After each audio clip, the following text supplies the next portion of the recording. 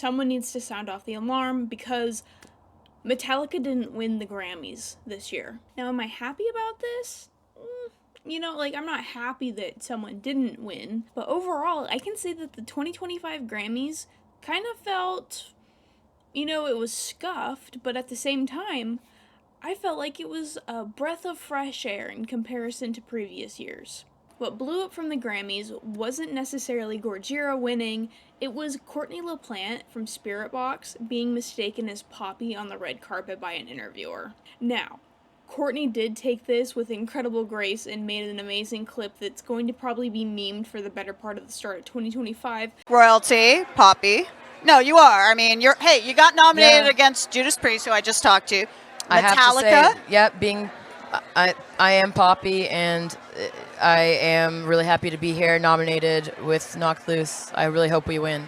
This is People are dogging on the chick who was doing the interviews. I don't know who it was. I'm not going to look it up, because if that happened to me and I was interviewing artists of a genre that I didn't typically cover, mistakes can happen, and I would feel terrible if I, misnamed somebody or mistook someone for someone else. Then the clip blew up and I was getting dragged for my journalistic integrity on Instagram from, metalhead bros. Which, just as well as I do, they're miserable to deal with, especially in an Instagram comment section. It's not a free pass to say, oh, you don't have to care. At least from what I've been able to see, they don't have, key representatives of metal, interviewing the artist. Come on. We could throw Nick Nocturnal in there and it would make some great content. If Kendrick Lamar walked past me today, or they, oh, who's this rapper? And then they put the microphone in front of me, I would not know who Kendrick Lamar is, as a person.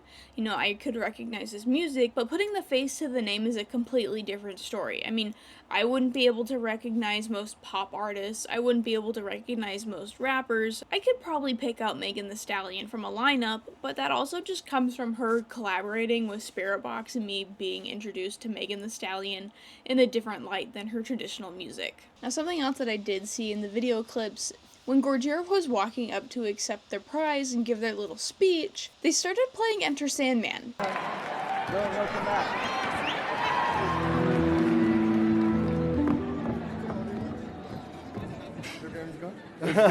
No, come back. With that. Oh well. Oh well.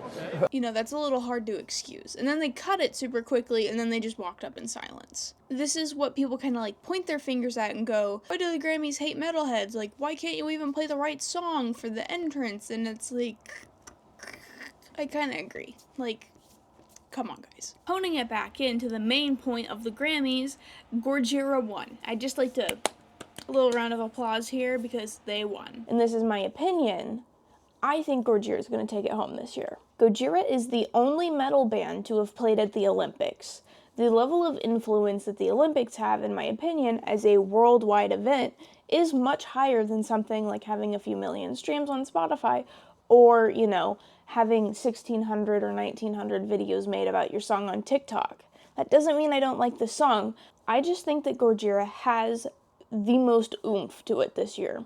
And I feel like it's such a testament to bands that don't see immediate success and still keep going. I mean, GOJIRA's been around for almost 25 years, I think.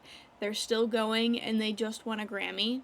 That amazing recognition, that validation, to be able to have that stupid little statue that says, I am an outstanding artist. We had the privilege to perform at the Olympic ceremony with Marina and Victor. So this is a great day for us, obviously. Here it is.